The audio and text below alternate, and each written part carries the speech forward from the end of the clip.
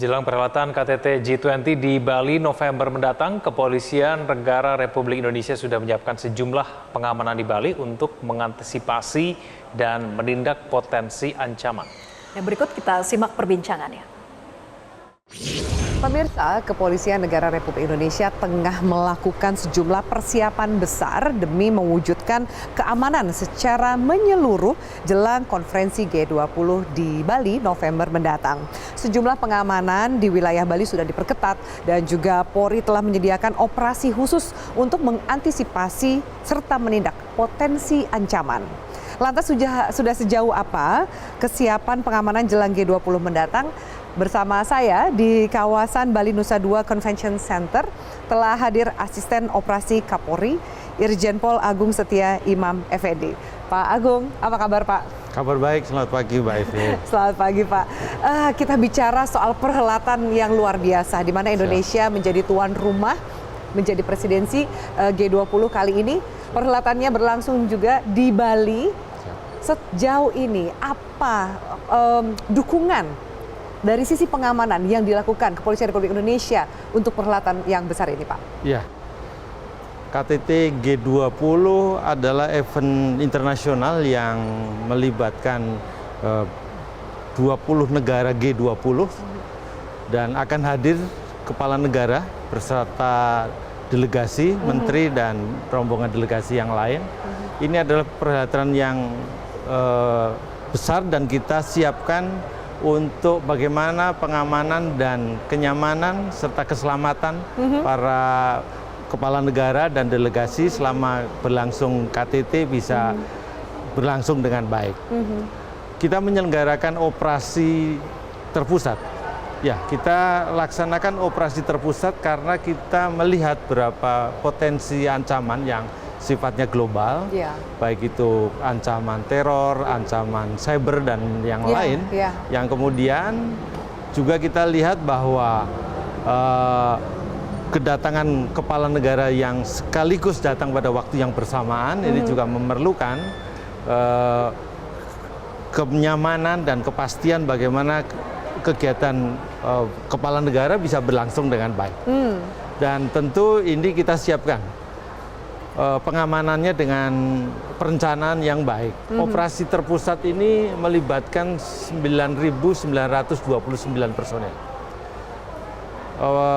Operasi terbesar tahun ini yang kita selenggarakan di Indonesia. Dan kita akan menyelenggarakan operasi ini di 3 kewilayahan sekaligus, yaitu di Bali, di Jawa Timur, dan di NTB.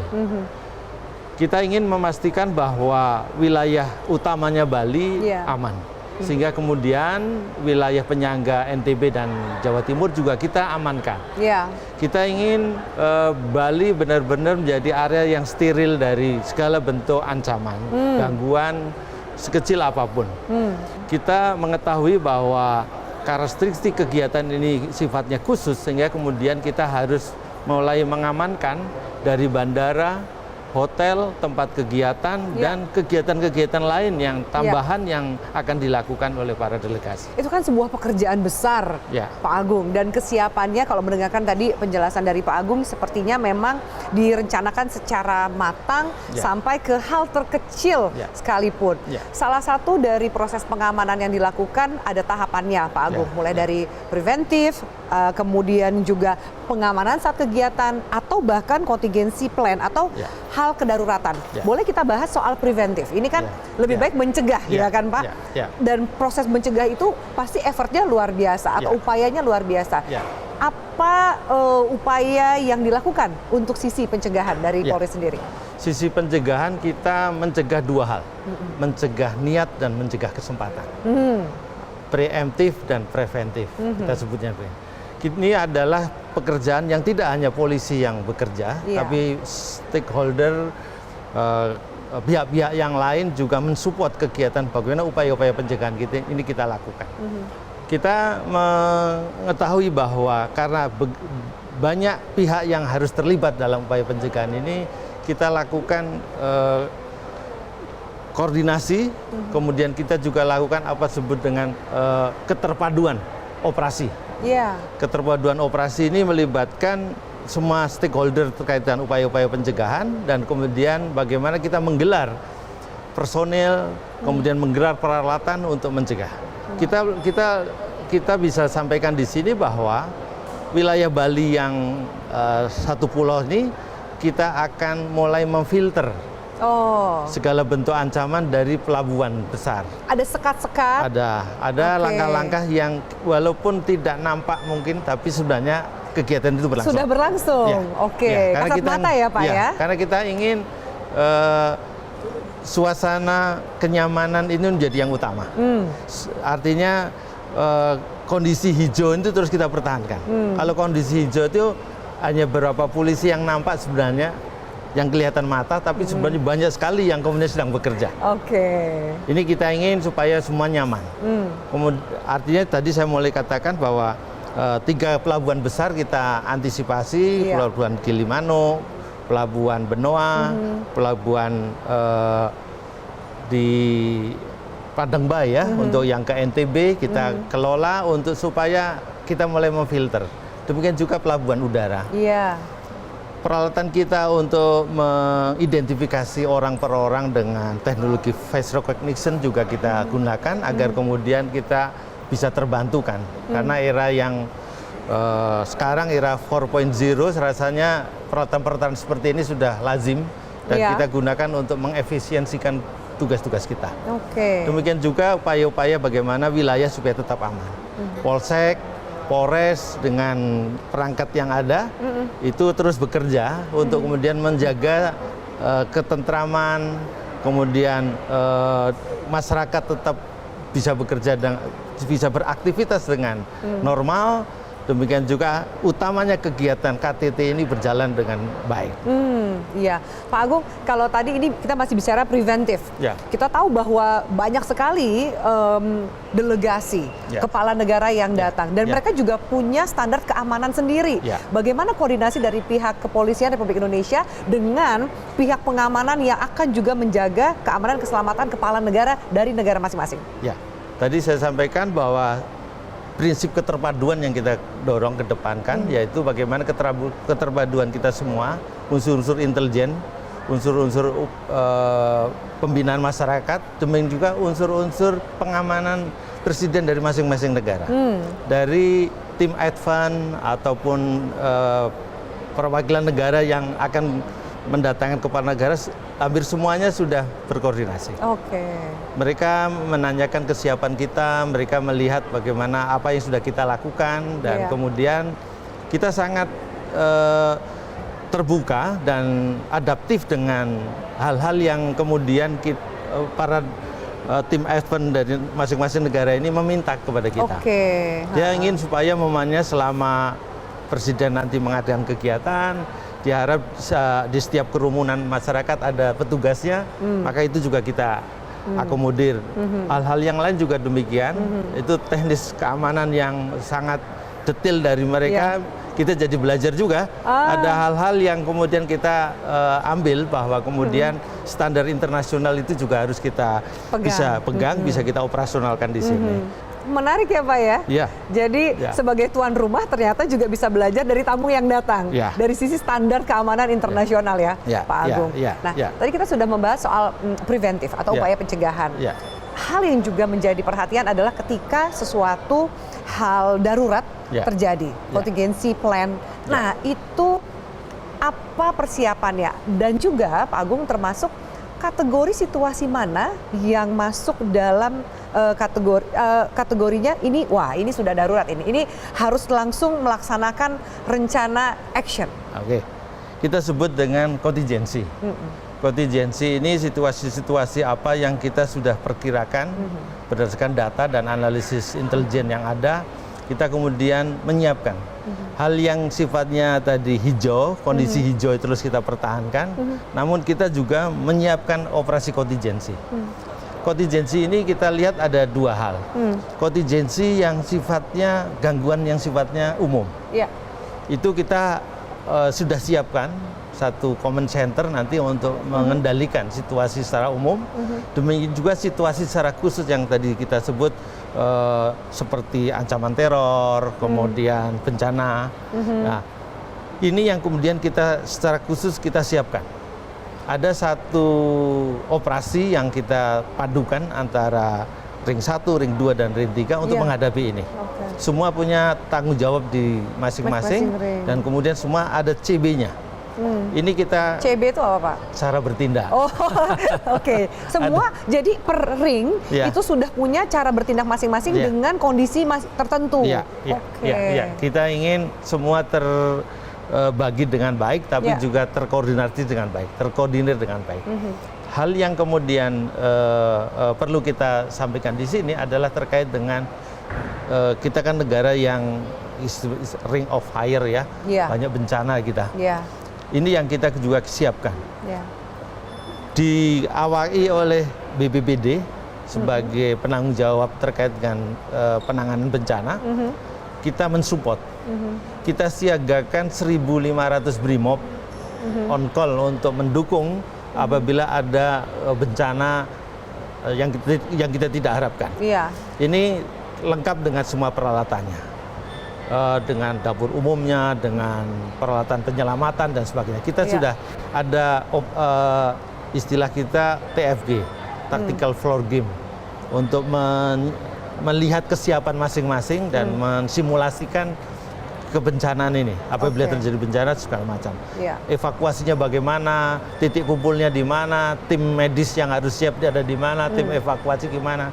Intinya ingin saya sampaikan bahwa ketika terjadi bencana, semua petugas pengamanan terkait dengan G20 akan tetap bekerja sesuai dengan tanggung jawab di masing-masing, dan kebencanaan ini akan ditangani secara terpisah sehingga tidak mengurangi tadi bagaimana kenyamanan, keamanan, hospitality-nya, semuanya bisa kita tetap jaga. Oke. Dan yang lebih utama lagi, kita ingin memberi kesan. Ini yang kita ingin kita capai. Goal besar kita adalah kesan. Kesan yang baik, possibility tadi, kemudian bahwa keamanan di sini.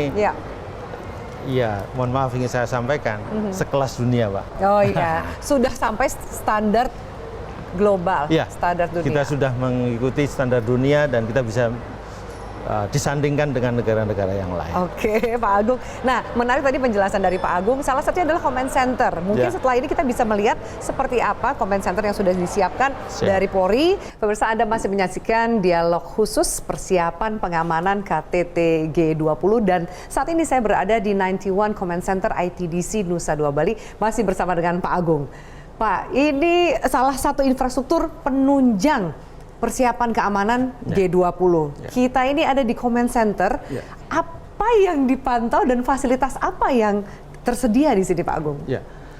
Command Center ini kebutuhan yang tidak bisa dilepaskan dari kegiatan operasi. Command Center ini untuk keperluan 3 hal. Apa disebut dengan K3I.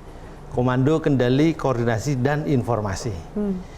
Ini kita perlukan untuk memastikan bahwa penggelaran pasukan peralatan di lapangan itu kemudian bisa diarahkan dengan efisien.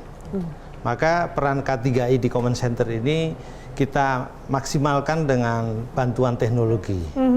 Teknologi yang kita tanam di Command Center ini ada beberapa, yaitu utamanya adalah teknologi untuk monitoring, teknologi informasi, dan teknologi sebenarnya analisa. Beberapa hal yang bisa kita sajikan di Command Center ini untuk keperluan kendali dan koordinasi, bahwa informasi di lapangan ini kan banyak sekali. Anggota melaporkan berbagai macam hal. Masuk ke Command Center, kemudian dilihat, dipantau, kemudian dianalisis untuk direspon seperti apa. Kalau itu hal-hal yang harus segera direspon, maka kemudian kita menyiapkan di Command Center ini siapa-siapa yang harus merespon. Maka kemudian komunikasi antara Command Center dengan penanggung jawab yang di lapangan itu bisa langsung. Sehingga kemudian tidak delay. Tidak ada istilah kalau di operasi itu menunggu. Jadi semua harus langsung bergerak. Jadi apabila satu informasi itu hal yang tadi saya sampaikan perlu direspon, maka kemudian kegiatan sudah langsung dilaksanakan. Baik itu respon untuk keperluan penyelamatan ataupun untuk keperluan keamanan. Untuk keperluan pengamanan di command center ini kita juga mengembangkan teknologi untuk mendeteksi berbagai macam hal ya. Yang pertama terkait dengan ancaman atau keamanan, itu kita mendeteksi terkait dengan pergerakan orang per orang, kendaraan. Semua kendaraan yang bergerak di Bali, di Kota Denpasar. Terpantau di sini. Ya, ini ada 1.700 CCTV di seluruh jalanan dan di beberapa tempat yang akan digunakan pertemuan G20. Dan kemudian kita juga samping memantau orang dan pergerakan kendaraan ini, kini kita juga memantau terkait dengan penyelamatan, yaitu informasi kebencanaan yang disambungkan dari BNPB, BMKG, sehingga kemudian kita tahu ada arah anginnya berapa, tinggi gelombangnya bagaimana, potensi ancaman apa saja yang akan bisa muncul. Jadi datanya lengkap sekali ya Pak yang diolah di sini. Ya, ini kebutuhan kita saat ini untuk bisa merespon cepat, karena tidak bisa kita dalam operasi dalam pengamanan setingkat presiden kita ada delay. Kita harus bisa merespon, dan tujuan utama kita adalah tadi menjamin keamanan dan keselamatan, dan melalui command center ini komando kendali bisa terkelola dengan baik, efisien, dan yang utama lagi presisi, tepat dan akurat. Ini yang kita ingin sajikan, dan kemudian kita akan operasionalkan bersama. Iya. Nah, Pak Agung, tadi semua data masuk ke sini untuk dianalisa. Kita melihat kecanggihan dari command center ini. Tapi apakah juga ada teknologi yang digunakan oleh rekan-rekan atau petugas yang berada di lapangan? Karena informasi yang diberikan juga harus bersifat akurat dan jelas, sehingga respon yang dibutuhkan atau yang bisa diberikan juga sesuai. Aplikasi yang kita pakai untuk teman-teman di lapangan bekerja, kita sebut dengan aplikasi sistem operasi terpadu, presisi. Itu adalah aplikasi bagi petugas di lapangan. Dia akan secara real time melaporkan dan kita akan bisa munculkan. Seperti hari ini kita bisa munculkan, lihat ini diklik. Oke. Nah, ini kegiatan ada di pameran BNDCC ada pameran. Mereka sedang melakukan pengamanan sterilisasi. Ini real time, bisa lihat jamnya, dan kemudian ini terkelola. Kalau dia kalau nanti ini sifatnya masih hijau, kalau laporannya sifatnya merah akan kita respon. Oh, jadi ada status situasinya. Berapa grade Pak situasinya? Dari hijau sampai merah itu ada berapa tingkatan untuk respon yang dibutuhkan? Ya, kalau hanya kegiatan-kegiatan rutin seperti ini hijau. Tapi kalau ada suatu peristiwa itu merah. Jadi bukan berangkat itu tidak. Tapi kalau ada sesuatu, umpamanya ada rombongan terjadi tabrakan beruntun, mereka harus melapor merah. Termasuk dia dibekali dengan body worm. Jadi petugas yang melapor juga nanti akan bisa kita lihat situasinya. Kamera akan melaporkan real live, sehingga kemudian kita bisa mendapatkan informasi lebih detail lagi. Dengan situasi yang terjadi saat itu. Termasuk juga ada mobile command center, Pak. Benarkah ada kemudian mobil yang berkeliling? Ya, mobil command center ini diperlukan karena kita akan mengamankan 5 klaster. 5 klaster, sehingga kemudian kalau semua tertumbuh di sini, ada klaster yang cukup jauh, namanya ada di Jimbaran, tentu mobil komen harus didekatkan ke sana untuk kemudian bisa berfungsi seperti ini, K3I. Sehingga petugas-petugas pengendali di kawasan itu bisa berkoordinasi dan mengeksekusi. Artinya ada respon awal yang sudah bisa diberikan ya. Kita ingin terus memastikan tadi kecepatan tidak ada delay. Itu yang ingin kita capai. Pak, salah satu juga kunci kesuksesan dari perhelatan skala internasional seperti KTT G20 ini adalah juga koordinasi dengan sejumlah pihak terkait. Tadi Bapak sudah menjelaskan ada BMKG, ada TNI, kemudian juga BNPB, termasuk Pas Pampres. Nah, salah satu yang tidak bisa dilupakan adalah peran dari tokoh masyarakat. Seperti apa sih sinergi dari kepolisian dengan para tokoh masyarakat yang juga punya andil dalam suksesnya perhelatan ini? Ya, kita perhelatan berada di Bali, tentu kita menjunjung tinggi adat istiadat Bali. Nanti tanggal 26 Oktober ini akan ada doa bersama oleh para pendeta. Ada mungkin 300 sampai 1000 pendeta akan mendoakan perhelatan ini agar aman. Dan kita akan menggunakan pecalang untuk menjadi bagian dari kita terkait dengan pengamanan wilayah-wilayah tertentu yang memang kita mengedepankan rekan-rekan dan saudara-saudara kita dari Bali, dari unsur pecalang ini berperan di desa-desa adat, di tempat-tempat persembayangan dan lain sebagainya. Itu akan kita manfaatkan pecalang untuk mengamankannya. Demikian juga himbauan-himbauan kita melalui pecalang, melalui tokoh adat. Terus kita komunikasikan bahwa event ini event untuk kebesaran bangsa ini, untuk melompat bangsa ini dari bangsa-bangsa lain di dunia, dan Bali sangat siap. Dan saya berterima kasih atas itu semua, masyarakat adat yang mendukung sepenuhnya, dan kemudian hal-hal bahkan hal yang diperlukan untuk keperluan KTT ini beliau terbuka. Dan kita sudah bisa melihat Denpasar hari ini sudah tertata dengan baik, dan tentu itu kerjasama semua pihak. Dan yang lebih utama tentu kita berharap pada waktu pelaksananya. Pada waktu pelaksananya kita harap bisa bekerja sama terkait dengan bagaimana kita memanfaatkan moda jalan yang ada di Denpasar ini untuk kelancaran delegasi dan kelancaran masyarakat beraktivitas bisa sama-sama dipenuhi. Dan tentu kami mohon maaf apabila kemudian dalam penyelenggaraan nantinya ada kegiatan, mungkin ada jalan yang harus berapa saat ditutup dulu sementara, kemudian kami buka lagi. Tentu ini mengganggu aktivitas masyarakat, dan kami harap maklumnya untuk ini. Dan sampai sekarang sih masyarakat Bali luar biasa. Ya, dukungannya luar biasa ya Pak. Mendukung. Nah, terakhir Pak, menyambung tadi Bapak sudah mengatakan masyarakat Bali supportnya luar biasa untuk KTT G20 ini. Harapan dari Polri sendiri, terutama dari dukungan masyarakat secara luas, bukan hanya masyarakat Bali, tapi juga masyarakat di Indonesia, seperti apa?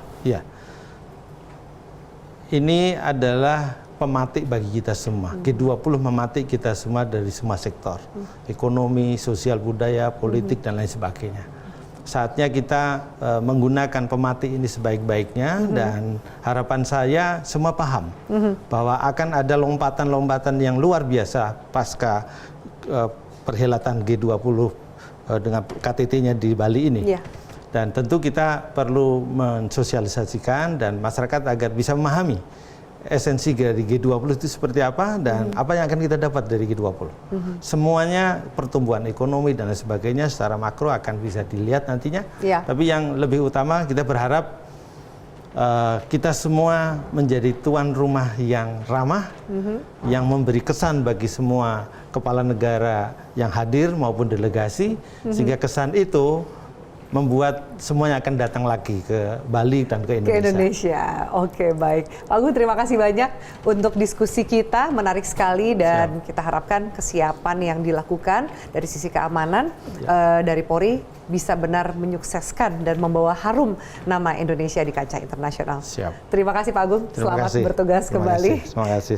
Ya, dan pemirsa, demikianlah dialog spesial kesiapan pengamanan dari konferensi G20 bersama dengan Asisten Operasi Kapolri, Bapak Irjen Pol Agung Setia Imam Effendi. Dan juga dialog tadi sekaligus menutup perjumpaan kita di Prime Time News hari ini. Dan kita harapkan momen G20 mendatang menjadi momen besar bagi Indonesia. Mari kita tunjukkan bahwa Indonesia ini damai, aman, dan nyaman mulai dari diri sendiri dan juga dari daerah masing-masing. Saya Afiani undur diri, terima kasih atas atensi Anda. Sampai jumpa di lain kesempatan.